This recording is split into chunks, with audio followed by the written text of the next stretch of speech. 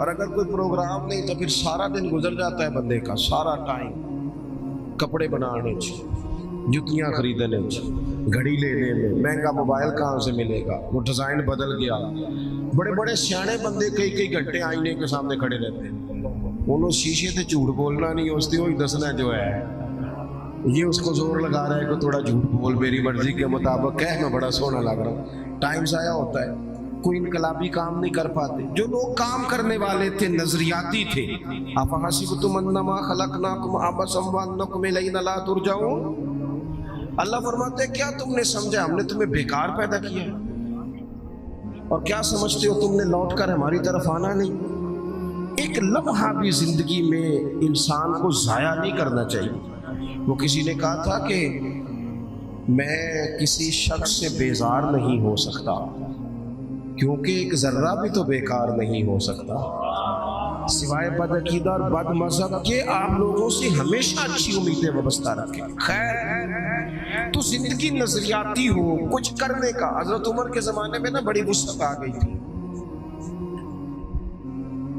حضرت عبد الرحمن ابن عوف رضی اللہ تعالیٰ عنہ جب مال غنیمت لے کے بحرین سے واپس آئے تھے تو وہ اتنا بڑا ڈھیر تھا مسجد نبوی شریف میں کہ جو اونچے قد والے لوگ تھے نا، بڑے قد والے، وہ بھی اس مال کے پیچھے چھپ رہے تھے، اتنا مال کا ڈھیر آیا، وسعت آ گئی۔ اب اللہ تعالیٰ نعمت دے تو حدیث بھی موجود ہے کہ اس کا اثر دیکھنا رب پسند کرتا ہے، تو وسعت آ گئی۔ اب نا کچھ چیزیں ذہن میں لوگوں کے آ جاتی ہیں، ویسے بھی جو ہمارے بچے ہیں نا آج کل نئی نسل مشورے بھی زیادہ دیتی ہے، تو صحابہ نے بھی اکٹھے ہو کے ایک مشورہ کیا کہ یار اللہ نے وسعت بھی دے دی ہے، 25-25 ہزار دینار، 50-50 ہزار دینار بدری صحابہ کو مال غنیمت میں ملنے لگے، پر عمر کا کرتا وہی پرانا پہ بند لگے ہوئے۔ اللہ نے گنجائش دی ہے تو لباس بدلنے میں حرج کیا ہے؟ بچے مشورے دیتے ہیں نا جی۔ وہ میں ایک دن اپنے علاقے میں ہی ایک شادی پہ جا رہا تھا تو میرے بڑے پیار والے ہیں وہ سنگی، ان کا بیٹا بھی ساتھ تھا، تو میرے آگے آگے وہ چل رہے تھے، وہ بھی مدعو تھے شادی میں، تو پتر اپنے والد صاحب سے بات کر رہا تھا، کہہ رہا تھا ابا جی اتنے نہ جا کے انہیں میٹھے چولاں تے سالن پا کے نہ کھایا جائے، بےزتی ہوتی بندے کی، یہ آپ چھوڑ دیں کام۔ تو میں تھوڑا سا پیچھے تھا، میں نے اس کو بیٹے کو جا کے میں نے کہا یار تو اصل میں لیٹ آیا، جلدی آ جاتا ہے نہ سیانا ہونا سی سارے نے، اس لیے تھوڑے نادان رہ گئے کہ آپ دیر سے آئے۔ بچے مشورے دیتے ہیں، ماحول ہوتا ہے، بتایا جاتا ہے حالات بدل گئے جی، اب تو یہ ہو گیا جی، اب تو وہ کرنا پڑے گا، مزاج ہوتا ہے، سارا کچھ تبدیل ہونا چاہیے، دور کے ساتھ بدلنا چاہیے، لیکن نظریات تو نہیں نہ بدل جانے چاہیے، عقائد میں تو فرق نہیں نہ آ جانا چاہیے۔ حضرت فاروق اعظم سے عرض کرنی ہے کہ جناب کرتا تو نیا لے لیں، وسعت بھی اللہ نے دیا، وہی پھٹا پرانا اتنے پیبند لگے ہوئے۔ مسجد نبوی شریف میں بیٹھ کے میٹنگ ہو گئی، کہنا ہے جی، کہنا ہے جی، جب طے کر لیا تو ایک صحابی بولے، کہنے لگے سیانے تو بڑے ہو، طے تو کر لیا ہے کہ حضرت عمر سے کہنا ہے کرتا نیا لے لے، پر اس شیر کا نام بھی بتاؤ جو سیدنا عمر سے بات کرے گا۔ وہ بندہ تو لے رہے تمہارے پاس؟ تو حضرت ابو دردہ کہنے لگے ہاں جی ہے نا ایک بندہ۔ کہا کون؟ کہنے لگے مولا علی شیر خدا۔ حضرت شیر خدا جو بھی فرمائیں گے جناب فاروق اعظم قبول کریں گے۔ حضرت مولا علی شیر کی حضور دیکھیں، بڑے بڑے وزیر سفیر ملنے آتے ہیں، سیدنا فاروق اعظم کا انداز وہی پرانا، اسی ترتیب سے۔ سادہ زندگی نا ذرا آسان ہوتی ہے، میری بات کی سمجھ آ رہی ہے؟ سادہ زندگی ذرا، جڑا بندہ پٹھے وڈ کے وضو کر کے آ جاتا ہے نا تو انہوں پیچھے بھی جگہ مل جائے تو گزارا ٹھیک ہے نا۔ تو جس کرم والے نے سوٹ ہی جل سے نہیں سوایا ہے اور اس نے کتنے سارے پیسے دے کے جناب اس نے بال سیدھے کرائے ہیں، تو وہ تو بڑی ٹینشن میں رہتا ہے کہ دسو میں اتنا کچھ کیتا ہے تو ان تک دا بھی کوئی نہیں پیا، بندہ پریشان ہو جاتا ہے۔ سادہ زندگی اس پہ بندہ آسان ہے، جہاں بٹھا دو بیٹھ گیا، جہاں وقت آیا گزار، جیسی کسی دے کچھ بھی نہ لگ دے، نہ کوئی ساڈا دردی، اپنا رستہ اپنی سمت، کوئی ضرورت ہی نہیں ادھر ادھر دیکھنے کی۔ فاروق اعظم رضی اللہ تعالیٰ عنہ سے کہنا ہے، مولا علی سے کہا کہ آپ حضرت عمر سے کہیں کہ یہ کرتا نیا خریدے، ان کو بھی تو وہ مال غنیمت میں سے حصہ ملتا ہے، لیکن عجیب بندہ ہے، 50,000 دینار ملتے ہیں تو مسجد سے نکلتا ہے تو گھر جانے سے پہلے پہلے ساری بانٹ دیتا ہے۔ کرتا خریدنے میں حرج کیا ہے؟ حضرت مولا علی کہنے لگے بات تمہاری ٹھیک ہے، کہنا بھی چاہیے، حرج بھی کوئی نہیں، جتنا عمر کو میں جانتا ہوں تم نہیں نہ جانتے، بات تمہاری ٹھیک ہے، کہنا بھی چاہیے، پر یہ والی بات میں نے بھی کوئی نہیں کرنی حضرت عمر سے۔ تو کہا پھر کون کرے گا؟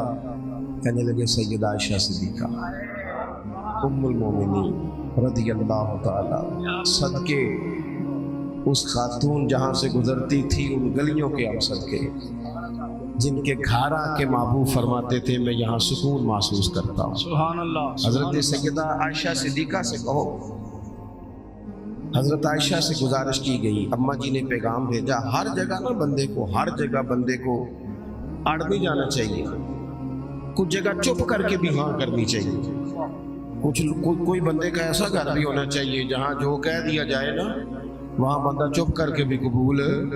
حضرت عمر کو بندہ ٹائم مانگتا تھا، فرماتا جاؤ دوڑ جاؤ، کوئی ٹائم نہیں، لیکن سیدہ بڑے بڑے وزیر سفیر ملاقات کو چاہتے، فرماتے مصروف ہو خدمت امت میں۔ اماں جی کا پیغام گیا تو عمر دوڑے گئے، سانو نہ قید سجڑ دا گہنا ہے، او جینج رکھے اسا اونج رہنا ہے۔ حضرت سیدنا عمر دوڑے گئے، اماں جی کوئی حکم؟ یہ حضور کا کاشانہ نور ہے نا، محبوب کے گھر سے پیغام آیا ہے نا، کوئی حکم؟ تو سیدہ فرمانے لگی امیر المومنین، صحابہ کا خیال ہے کہ جب اللہ نے وسعت دے دی، حضور کے زمانے میں ظاہری، حضرت ابو بکر صدیق کے زمانے میں ظاہری طور پر اتنی وسعت نہیں تھی جتنی اب فتوحات پر وسعت آئی ہے، تو اگر نیا کرتا لے لیا جائے تو حرج کیا ہے؟ کوئی سوال نہیں، کوئی جواب نہیں، کوئی بات نہیں۔ حضرت عمر کہنے لگے اماں جی حکم ہو گیا، شام کو ہی آ جائے گا، لیکن ایک بات کرنے کی اجازت ہے، صرف ایک۔ عمر کیجئے۔ حضرت عمر رو پڑے، عرض کرنے لگے میں نا اسی لباس میں حضور کی بارگاہ میں بیٹھتا ہوں، کیا یہی انداز تھا، اسی طرح ابو بکر صدیق بلا لیتے تھے، مشورے کرتے تھے، میں نے نا یوں ہی ٹائم گزارا ہے، اسی طرح ہی دل کرتا ہے اسی طرح ان کی بارگاہوں میں پہنچ جاؤں جس طرح یہ مجھے چھوڑ کے گئے تھے۔ اماں جی حکم ہو گیا، کرتا شام ہی آ جائے گا، لیکن نظریاتی بندہ ہو، اگر موقع مل جائے قربان جائے۔ حضرت عائشہ صدیقہ چپ کر گئی، تھوڑی دیر کے بعد آواز آئی تو صرف ہجکی کی آئی، وہ روئی اور کہنے لگی عمر جو صحابہ نے کہا وہ بھی ٹھیک تھا، پر جو آپ کہہ رہے ہیں وہ تو بالکل ہی ٹھیک ہے۔ آپ جس طرح مطمئن ہیں ویسے وقت گزاریے، آپ اپنے اوقات کار کو یوں ہی گزاریے۔ نظریاتی لوگوں نے ہوا کے مطابق اپنے آپ کو تبدیل نہیں کیا، نظریاتی تھے، فکری تھے۔ یہاں اس کی دادی وضو کر کے 11ویں پکاتی رہی ہے نا، اس کے بچے کے پاس 4 پیسے آئے ہیں تو اسے 11ویں کی دلیل ہی نہیں مل رہی۔ اللہ اکبر۔ اس کے پاس تھوڑا سا نا جو جہاں دعائیں کرائی جاتی رہی ہیں، وہاں جب اب تھوڑی سی 2-4 ایڑے ترچھے جملے کہنے کی صلاحیت آئی ہے اور 4 ڈگریاں ہاتھ آئی ہیں تو لوگ کہتے ہیں وہ جی دلیل ہی نہیں مل رہی۔ نظریاتی زندگی گزارے، اتنا آپ مہربانی کریں جی، مہربانی کریں، میرے بڑے نے جی ہونا آیا جی، بات سنیں، اللہ آپ کو جزائے خیر دے۔ نظریاتی زندگی گزارے۔ اگر دوڑ دھوپ صرف بہترین گھر کی ہوتی، اگر دوڑ دھوپ صرف جائیدادیں بنانے کی ہوتی، اگر یہی کام ہوتا، میں کہا کرتا ہوں اگر دولت بڑی پیاری ہوتی نا تو سب سے زیادہ سیدہ فاطمہ کے گھر ہوتی۔